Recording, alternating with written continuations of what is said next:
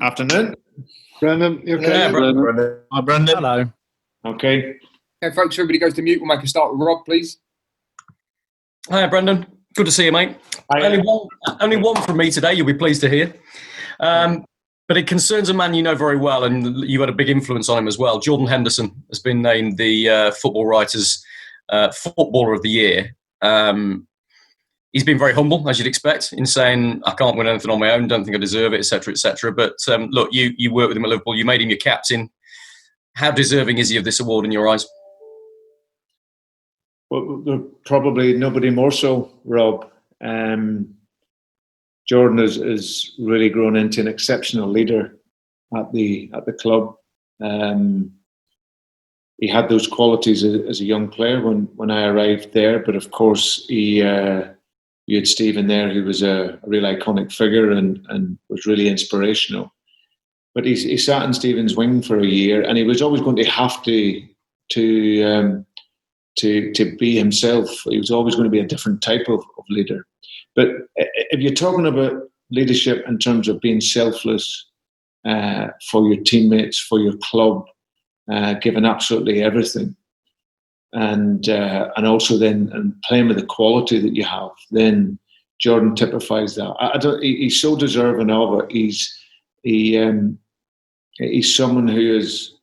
I always said at the time, whenever we just missed out on winning the league, that Jordan being missing for those games was absolutely crucial for us. For three of the last four games, when unfortunately he wasn't playing in those, that was a huge miss for us because of his influence in the game, his spirit for the team, everything. It was so badly missed. But absolutely delighted for him, for all the work that he's put in over many years, and obviously him winning the league and thoroughly deserving to do that at Liverpool, and him to be the captain. So, and then to get this individual accolade, he is a very humble guy. And he certainly will thank his teammates, but his teammates in turn will know that without Jordan there, it would have been very, very difficult for them to achieve what they have done. Tom, thank you very much. I'll let the other guys crack on. Thank you, Rob. Rob Scanlon's going to carry on for us. Hi, Brendan. You okay? Hi. Have you had a good week and team news? How are you faring ahead of this final game? Yeah, we've had a really good week. Guys obviously rested for a few days after the Tottenham game, and which I think we needed. And then had a really, really good week's training, and probably our first sort of free week really since the period that we've come back to do the work that we wanted to do, and we arrive into the game fresh and ready to give it everything. So in terms of injuries, no, nothing new. Just it'll be the same squad available, and we'll be ready for the game Sunday. Regardless of the result, how would you assess this season, with it being your first full one in charge? Yeah, I think what has probably happened to ourselves, I think at the beginning of the season, the reality and expectancy was not too far away from each other, but because of the performance level of the players and how they've done over the course of the season, that level of expectancy has grown away from the actual reality of where we're at as a club. And that's purely down to the performance level of the players. And now we are actually arriving into the last game of the season, playing against Manchester United, one of the superpowers in world football, with a chance of going above them to make it into the Champions League. So for me, the players have a really, really good season. European football being our goal, and now with one last shot at going one further and making the Champions League. And I think that in itself tells you how well the players have done this season. In terms of the speed of what you can build here and what you hope to build at the club, what difference would it make between the Champions League and the Europa League? Well, I think whichever competition we're in, we have to improve next year. We have to improve the quality of the squad. mentality of the squad and continual development. So, of course, there's resources when you get to the Champions League level, which are far greater. But for us, it has to be always sustainable. Where we're at as a football club, we always have to continue to develop. Our solution, like I said, won't be, we'd love the possibility to be going and get an 80, 90 million pound player, 60, whatever, but that's not how we work here. The solution for us will be continual development, looking to improve the quality with the budget that we have and the possibilities that we have, and improving players. So, and that is continual, whichever level that we're at. You mentioned in an earlier answer that you've had a full week to prepare. Manchester United haven't. Will that play any part on Sunday? I'm not sure. I know that after our game, and it's not something that we wanted to talk about in the aftermath of Tottenham, but I felt we were tired and leggy in that game. I think we had a great performance against Sheffield United on the Thursday. The turnaround in the game, I felt, watching us, even though there was parts of the games we did well, we got done on 3 counter-attacks in the game. But I actually felt we were maybe a little bit leggy. But I'm happy that we can recover well, put a plan in place and a strategy in place, and then be fresh as we possibly can be for the game. So, but how that affects other teams, I don't know. But I know for us, the week gives us every opportunity now. Manchester United unbeaten in 13. They're attacking players, particularly to the fore since the restart. How can you beat them? Well, we can win. There's absolutely no doubt about that. I think that in the game earlier on in the season, we were unfortunate to lose that game. But now the strategy of the game is going to be important. We want to win the game. We can't go and look at any other result that may happen elsewhere. There's the psychology of the game. Also, you have to think about. But listen, we've got quality in our squad, and we've got real talent, especially in forward areas of the pitch as well. So, but we have to be mindful. It's over the course of the 90 minutes, and we have to, come up with a plan that hopefully will see us get a result. Because, as you mentioned, their history and the money they've spent, is there far more pressure on them, do you think? Well, I think that there is a difference where we want to be in the Champions League. And that's something that we would love to be able to do. When you're a club like Manchester United or one of those super clubs, there's a need to be in the Champions League for many reasons. And that's obviously pretty clear. So for us, we would want to be in it. We want to give everything we can. If we fall short, then we've still had a really, really good season in our first full season together.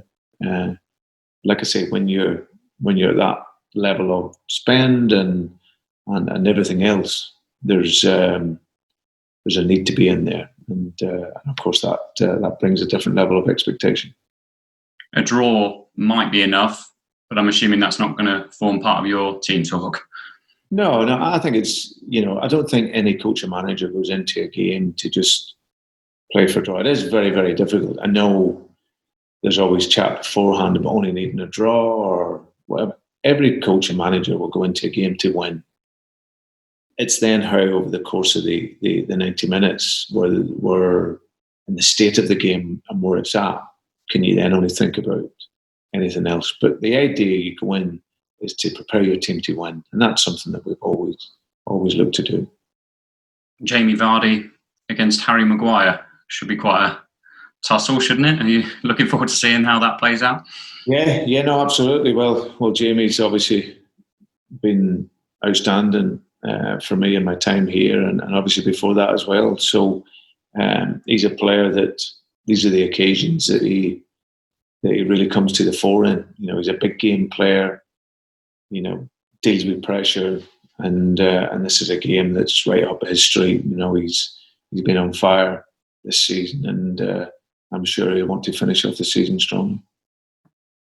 And final two from me. As I mentioned, Manchester United have really picked up from where they were perhaps earlier in the season and have closed that gap on yourselves. What do you make of the job that Ole Gunnar Solskjaer has done with some really exciting academy players like you have in your team? Yeah, no, I think Ole's done a really good job.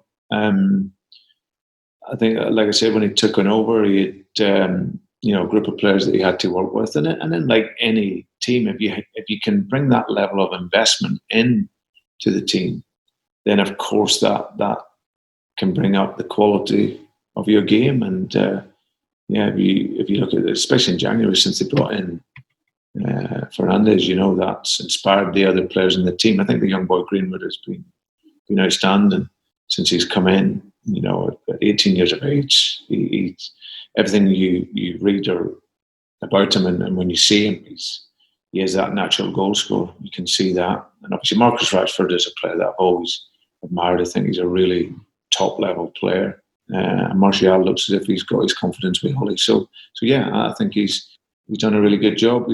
They've had a lot of investment and invested well in the players that they've brought in. And just finally from me, Rob asked you about Jordan Henderson's accolade earlier. You had two players who received votes, James Maddison and Johnny Evans. Just focusing on Johnny for a second, against his former club this weekend, you hear former Manchester United players saying he's almost like the one that got away. He's the most underrated player out there. And is he another one who falls into that sort of, player for the big occasion category, like you said about Jamie Vardy? Oh, there's absolutely no question. He's a big player. Johnny's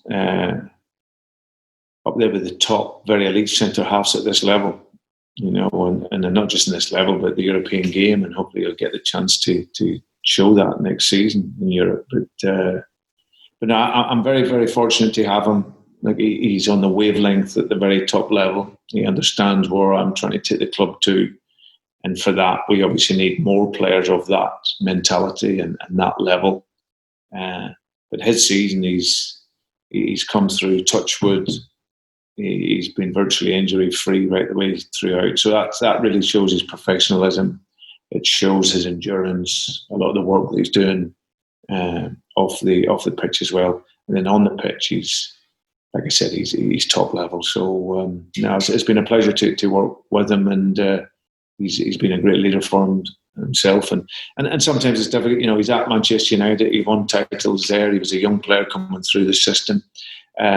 Sometimes there's just that moment where he needed to move on. But I think now you see the level that he's at. You also see why he played for a club like Manchester United and won so many trophies with them. Thanks ever so much, Brendan. Good luck. Cheers, thank you. Jason Bourne, please. Afternoon, Brendan. Hope you're well. Have you ever been involved in many league games like this where it's pretty much winner takes all?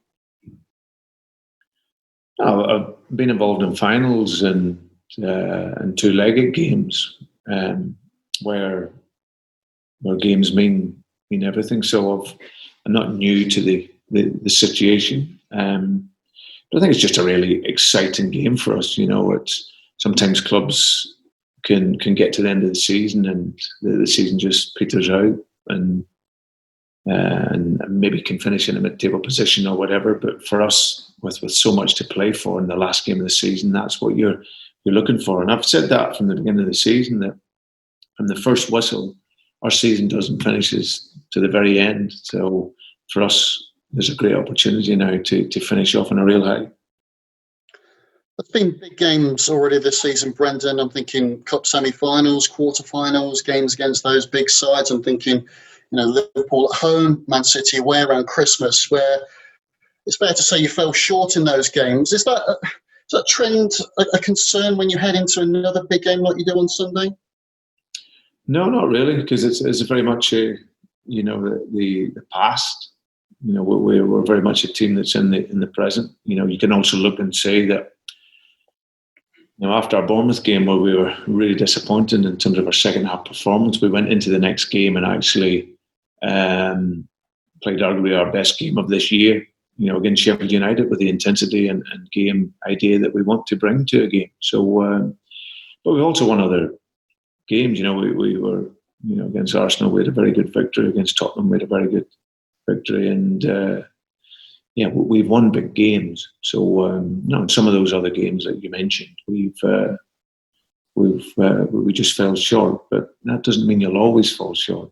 There's always an opportunity, and that's something that we will look to take at the weekend, despite we know we're playing against a really good opponent. Regardless, though, where you finish on Sunday, whether it be 4th, 5th, or even higher maybe, where do you feel the biggest improvements that you've made this past season, and also what still needs to be worked on, and the biggest lessons that you've learned over the last 12 months, or longer even? I think over the course of 17 months, we virtually, in particular for a good year of that, we played to a really consistent level. And I think that probably from January/February, then the consistency probably hasn't quite been to the level. So that's a mixture of everything. That's experience for lots of young players. It's experience of being at that top end of the table and sustaining that. It's also for us looking at an improvement in mentality, but that comes again with experience. And of course, you're always looking to improve the quality in your squad. So, but for the group of players that I've had for this period, and in particular this season, they couldn't have given any more. We've been really unfortunate where we've, at such a critical time, lost some of the best players in this league out of our team. But the players that have come in and given absolutely everything. As I said, there's not too many teams in this league that can carry the level of player that we've lost out of their team and still sustain that performance level. But it's a huge credit to our group of players that still at this point, even having lost those players and lost that little bit of consistency that we had, that we're still in there fighting for an ultimate prize for us. So yeah, but there's still a lot of improvement to make in many aspects. And that's something that we'll look to build on over the off-season and take into next season. What's been the chairman's message ahead of Sunday? Have you spoken to him at all this week? No, I haven't spoken to him this week, but we've had really good contact with Top over the course of since we've come back. It's just a shame that he can't be over. He's such a massive supporter of what we do and of course for the club in general. His message always, and I'm sure he will send one before the game in this last game, to go in and fight and do the very, very best that we possibly can. It's his birthday on Sunday, so we're hoping that we can give him a 35th birthday to be proud of. It's written in the stars. Would be a perfect birthday present, of course, wouldn't it? One final one from me, Brendan. I'm led to believe that James Maddison is close to agreeing, or has maybe even agreed a new contract with the football club. Is there anything more that you can tell us about that? Nothing more on that. I know there's been discussions, but I'm sure if there is, then that'll be announced by the club. As expected. Thanks, and have a good weekend, and good luck on Sunday. Thank you. Thanks, Jason. Thank you. Thanks, Jason. Ian Stringer, please. Hi, Brendan. Just to confirm, I know you've already said it's the same squad, but Mark Albrighton's not made it, no? Sorry, he has made it, yes. He should be. He'll have a final... he will have a final sort of fitness test tomorrow, but should be okay. That'll be pleasing. Regarding kind of your senior players, Brendan, I wonder how they've been around the place and how important they've been around the place this week. The likes of Kasper Schmeichel, Wes Morgan, Jamie Vardy, Mark Albrighton, who have had a taste of Champions League football. Have you seen conversations with some of the younger players to not overly stimulate them ahead of the game, of course, but just to remind them of the possible prize and whet their appetite a little?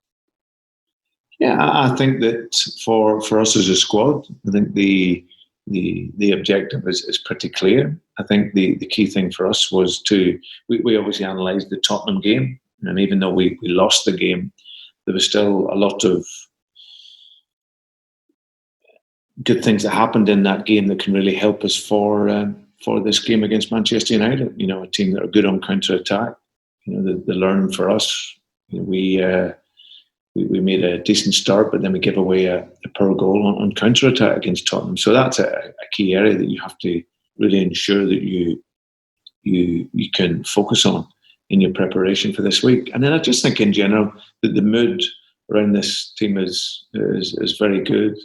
Like I said, I felt that we looked a little bit tired and jaded in the Tottenham game after the efforts of over the last numbers of weeks and the Sheffield United game. But this has given us a great opportunity to press the reset button again, physically and mentally.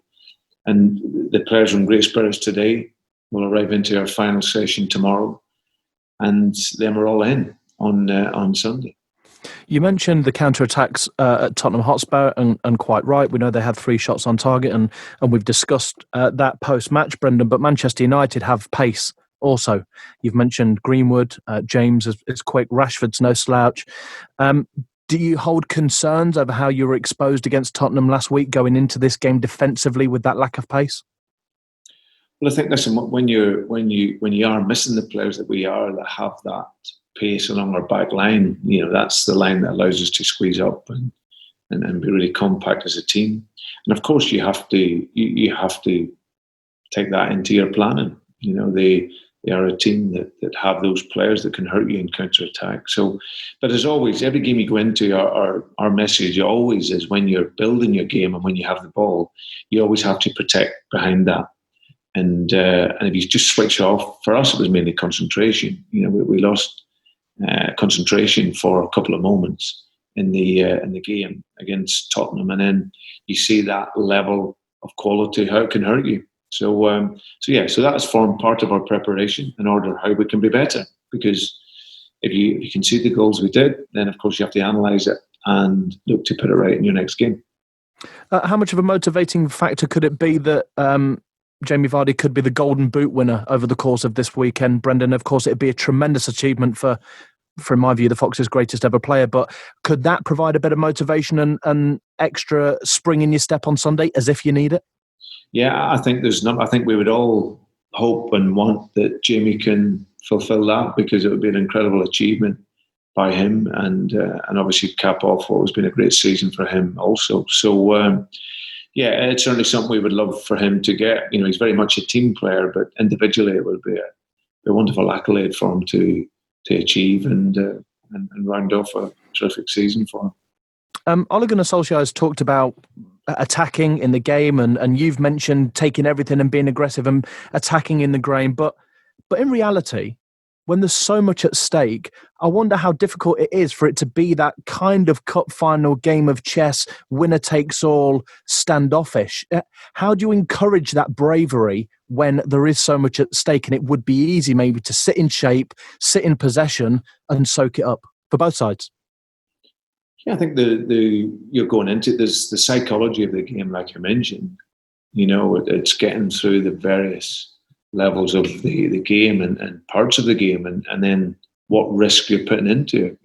For us, thankfully, we know we have to win the game. That's the mentality that we go into, but we don't need to win it in the first minute. So, and we are a team that we have shown that we can play in both sides of the game. We can be creative and score goals and be clever, but of course we have the balance of being able to play with great counter-attacking qualities. So it's just about looking at the strategy of the game, knowing what it is we need from the game, and then obviously looking at the various timings on where we need to go all in the game. What does your final team talk sound like, Brendan? Do you make it any different? Do you try and build it up anymore? Or actually, I mentioned overly stimulating the players. Do you try and keep it on a level so as to not overly stimulate? You don't want anybody getting a red card in the first 3 minutes because they've got a hot head. What does your last team talk sound like? Well, for me, it's probably down the lines of, listen, no matter what happens in this game, I'm very proud of what you've done this season.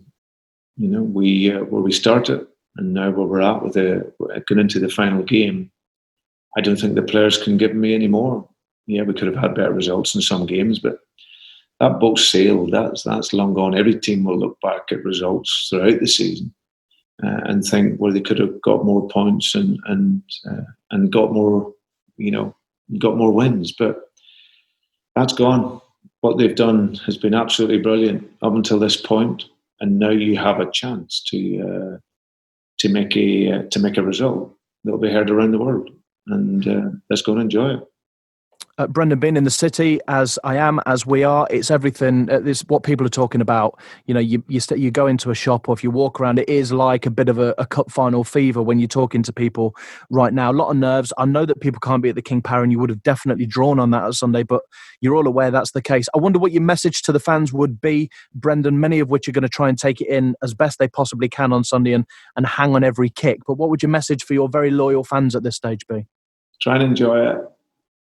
If you can, the team will be given everything, like they've done all season. It is a shame. It is a shame that they can't be there, because it could have been a real deciding factor for us. But they're not. But they're with us in spirit. And like I said, we aim to do them proud. We wanted to bring them European football. We have. Now we have a chance to bring them, you know, the biggest prize in terms of competition in Europe. So in terms of that qualification. So we'll be doing everything we can, thanking them for the support all the way through the season, which has been for us amazing, even though they haven't been in these last few months. And like I say, I'm very gratified by all the support that we've had throughout the year. Thank you, Brendan. As ever, we wish you the very best of luck on Sunday. Cheers, Ian. Thank you. Thank you. Thanks, everybody. I'm going to draw the broadcast section there. We'll carry on with the dailies and the Sundays shortly, but thank you to our broadcast colleagues for now.